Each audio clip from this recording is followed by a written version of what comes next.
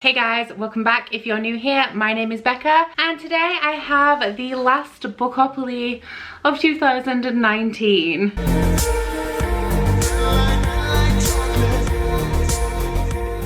So this is Becca's Bookopoly round 12, my December TBR. If you are new here and you have never seen the Bookopoly board before, this is a TBR game that I play every single month to decide what I'll be reading for the coming month. If you have never seen a Bookopoly video before and you would like to know the rules and a full tour of the board, I will link a playlist up here that contains my entire Bookopoly journey so far. But that being said, do not get too accustomed to the tour of the board that was present in my first Bookopoly video, because for those of you guys who have been asking, those of you guys who want to know, Bookopoly will continue into 2020. I have at least one more year of Bookopoly left in me. However, if all goes to plan and I manage to find a little bit of time, we will have a brand new board for 2020. I'm not going too crazy. Some of the squares on here I really do like, but I will be switching up some of the genres. I will be breaking up some of the colours so they represent more than one genre or different aspects of that genre, and I may be moving things around the board a little bit if I get time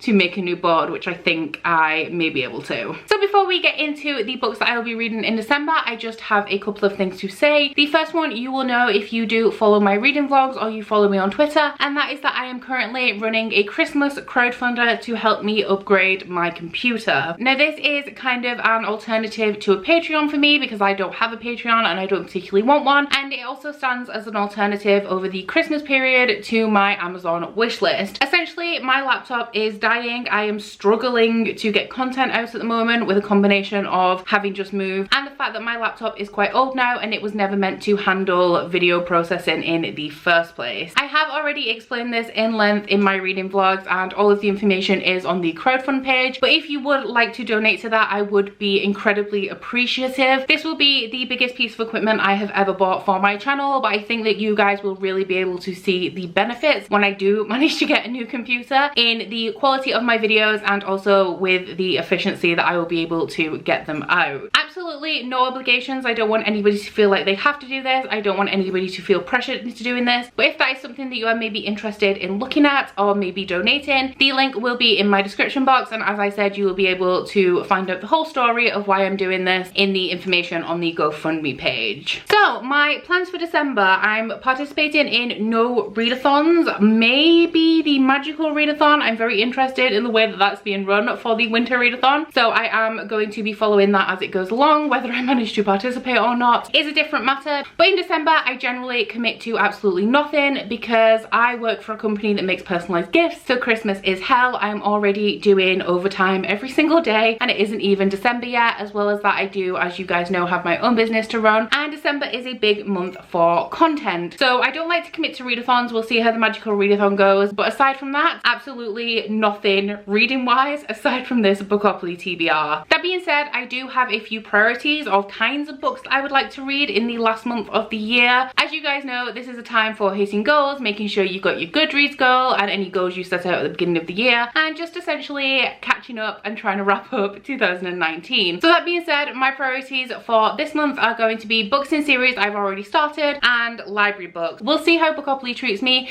because if you watched last month's Bookopoly, you'll know that she was a little bit of a bitch. So hopefully, fingers crossed, she is going to be nice to me. Aside from those two things that I would quite like to read, I want December to be pretty damn chill. Now, as I said, Bookopoly was a little bit of a bitch last month, so let us now hop into the books that were on my November TBR and let's see whether I managed to read them.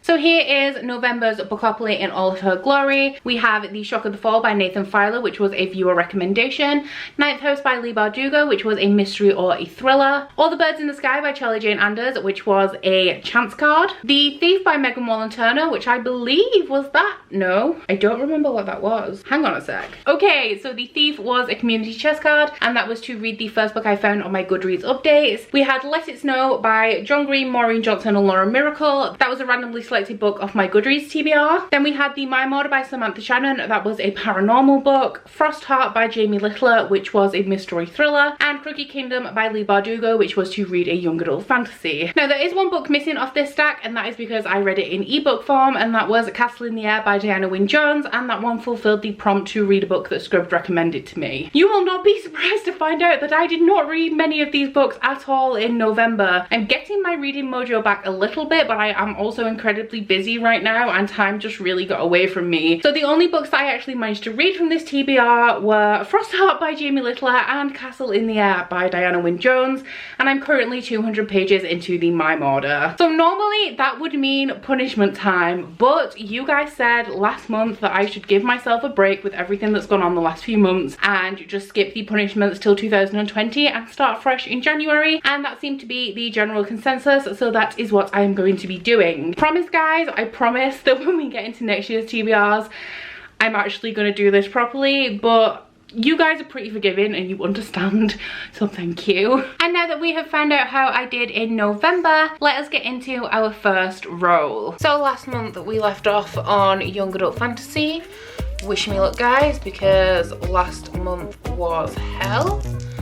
First roll, 7, which is a science fiction. So roll number 1 was to read science fiction, which is one of my favorite genres ever, so I'm pretty happy about this. And I am also happy about this because we are going to go with one of my priorities, which is to read books in a series that I've already started, and I'm going to be reading Obsidio by J. Kristoff and Amy Kaufman. Now this is the last book in the Illuminate files, which is a young adult science fiction series that is told entirely in mixed media. So we have like voice files, surveillance footage, instant messaging transcripts and things like that in here. Each book in this series follows 2 different characters, and then the plot kind of all links together across all of the characters' perspectives. But in Illuminate we follow 2 teenagers, Katie and Ezra, who have just broken up when there is an attack on their planet and they are all forced to evacuate. Now they do evacuate onto this fleet of spaceships, but one of them is severely damaged, which severely inhibits their ability to move quickly through space. So Katie and Ezra find themselves on separate ships in this survival fleet, while the enemy ship that originally attacked their planet is not only chasing them, but currently moving faster than they are. So I read Illuminate back in, I want to say June, although I'm not too sure, and I absolutely loved it. I loved it so much more than I thought I would, and I just had the best time reading that book. I then read Gemina while I was in Rome, and I absolutely loved that as well.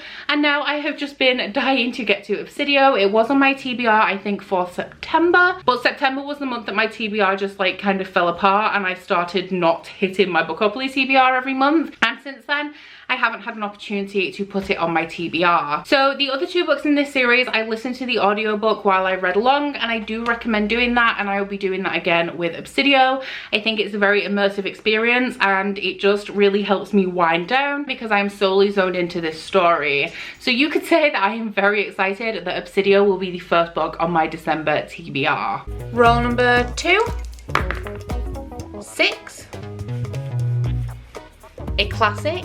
So roll number 2, we have a classic, which is not my favorite prompt. Classics aren't my favorite things to read, but I do have a few that I want to read, and I should be reading classics occasionally anyway. Luckily, I do currently have a classic, or a kind of classic, out from my library, and that is I Am Legend by Richard Matheson. Now, I'm not sure if this is old enough to be a classic in the strictest sense because it was published in 1950, but I'm going to take it because this is a well-known and well-loved story. So I Am Legend is the book that the movie with the same title starring Will Smith was based on, and in this book we follow the last man alive in a post-apocalyptic situation. I know that the movie does differ from the book, but I don't know how far or what's going on here. But I am very excited to read this. I thought it would be a good starting point with classic sci-fi to start with a story that I'm already familiar with, and on top of that it's pretty short, which is also really handy. Roll number 3, a double 6, great. paranormal or magical realism. Just when things were going well, we rolled a double. Yay. So roll number 3, we landed on a paranormal or a magical realism. And for that, I will be continuing on with the Sookie Stackhouse series, and I believe that the book I am up to is Dead as a Doornail. I think this should be book 5. I haven't read one of these in a couple of months, but I think I'm up to book 5. So this is a paranormal romance / mystery series that follows Sookie Stackhouse, who is a barmaid in a tiny town. Now in this world, vampires are out of the coffin, which means that everybody knows that vampires exist, even if not everybody accepts them yet. Sookie has the unique ability to read minds, and she doesn't really know what this means, but she is seen as an oddity in her town, and because of this she feels quite lonely and isolated. One day a vampire called Bill does walk into the bar where Sookie works, and because of her unique ability and isolation, she strikes up a conversation with him that quickly leads to a relationship. Now these aren't the best books I've ever read. I don't absolutely love them, but what I do really like about them is that they are really quick reads,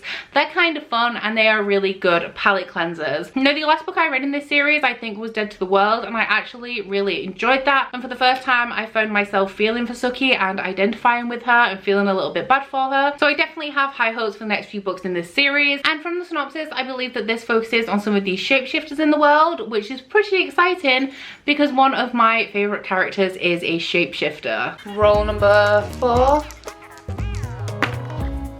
8. Community shelf, which is boyfriend picks a book. So rule number 4, we landed on a community chest. Guys, we've been doing pretty well so far. Every book I have picked so far is either a library book or a book in a series that I need to continue, but the community shelf card that we picked was boyfriend picks a book. So I am quaking, honestly, because I have no idea what he's going to pick, but I'm pretty sure it's not going to be a book in a series that I've already started, and it may not be a library book either. So I'm gonna go give Curtis a shout, and he will come down and help us pick a book for my December TBR. So here he is. I brought myself a boyfriend. You have to pick me a book. Okay, from a list.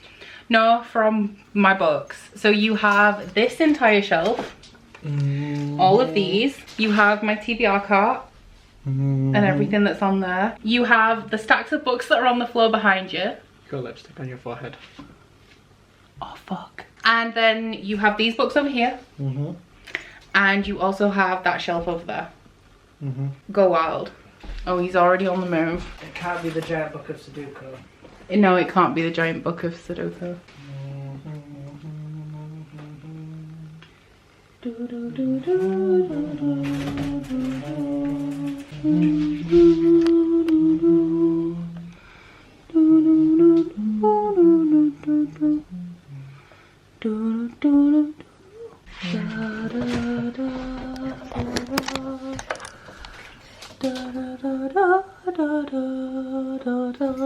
If I've read the book that you pick, I'll let you know.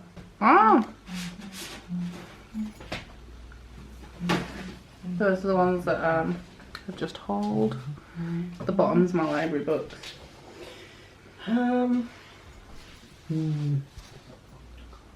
It's hard, isn't it?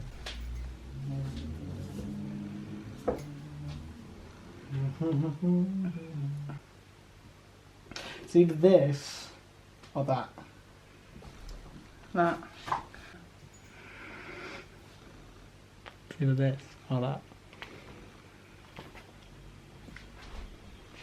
So you're definitely going to pick one of those two.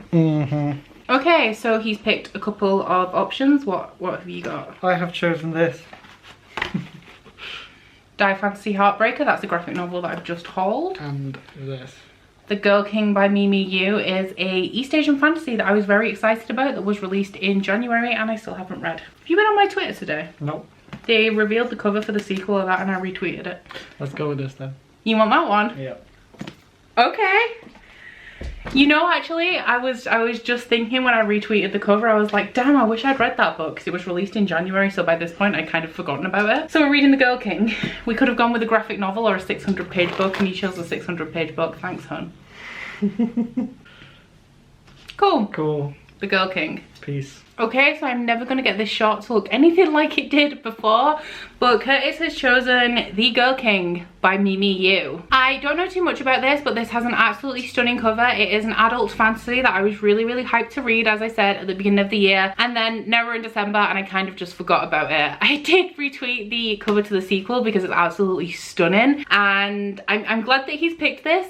But like, honestly, the options was this massive book or a graphic novel, and he chose to hurt me. So I know a little bit about the plot of this one. It follows two sisters who are daughters of the Emperor, and one of them is destined to become the first ever female Empress, while the other one is destined to live in her shadow. However, the Emperor surprises them all by naming the male cousin his heir, and this throws all of their life plans into disarray. I do know that this book also contains shapeshifters, and I'm expecting it to be pretty good. So we'll see what I think about this, because I saw a couple of people with it right at the beginning of the year, but I haven't heard any reviews about this. Roll number 5.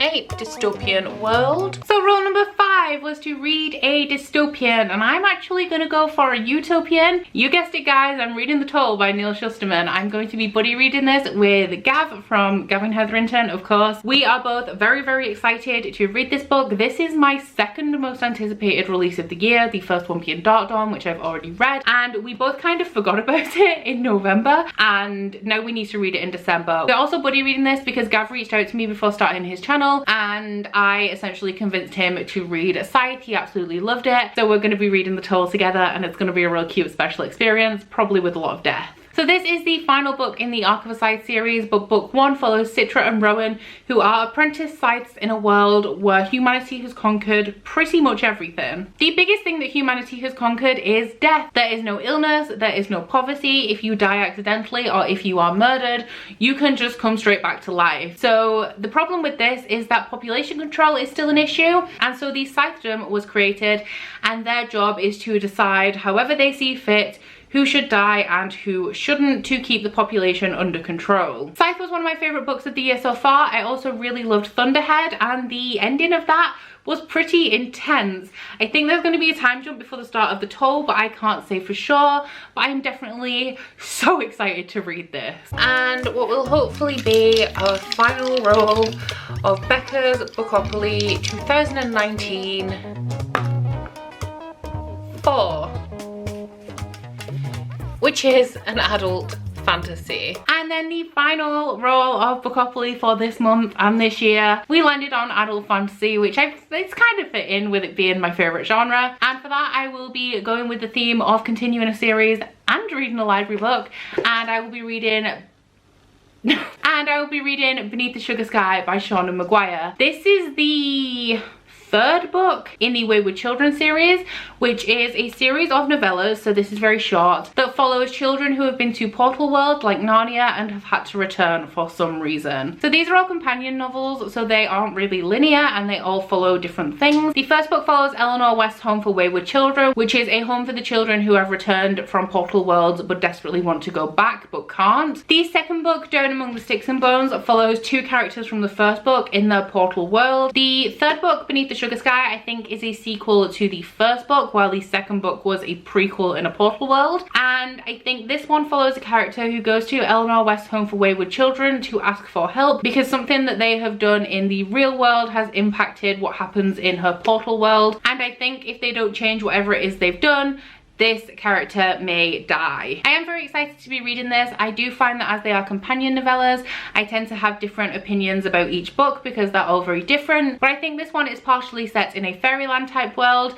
which I think is something that I may enjoy. Okay, so that is it for December's Bookopoly. I hope you have enjoyed this one. Please let me know which of the books on my TBR this month you think I will like the most, or let me know what you thought if you have read them. I will just grab my stack because, you know, I think for once, guys, I actually have a pretty manageable TBR here and I am excited about it. So before I sign out of this video, I would just like to say a huge thank you to everybody who has watched this, and a huge thank you to everybody who has been here with me on this Bookopoly journey. We have completed 1 full year of Bookopoly. We have had our ups, we've had our downs, but we have also had a lot of fun. I love Bookopoly. I'm so happy that I decided to do this, because I really do think it is a lot of fun and I know you guys really love it as well. So that is it for this video. Please don't forget to like if you liked it and subscribe if you want to. If you head into my description box, you will find a link to that Christmas crowdfunder, as well as a link to my Goodreads, Instagram and Twitter if you'd like to follow me on any of those, and a link to my Bookish body butter and candle website, the Instagram for that, and 10% off discount code. But that's it from me today, guys, and I will see you on the flip side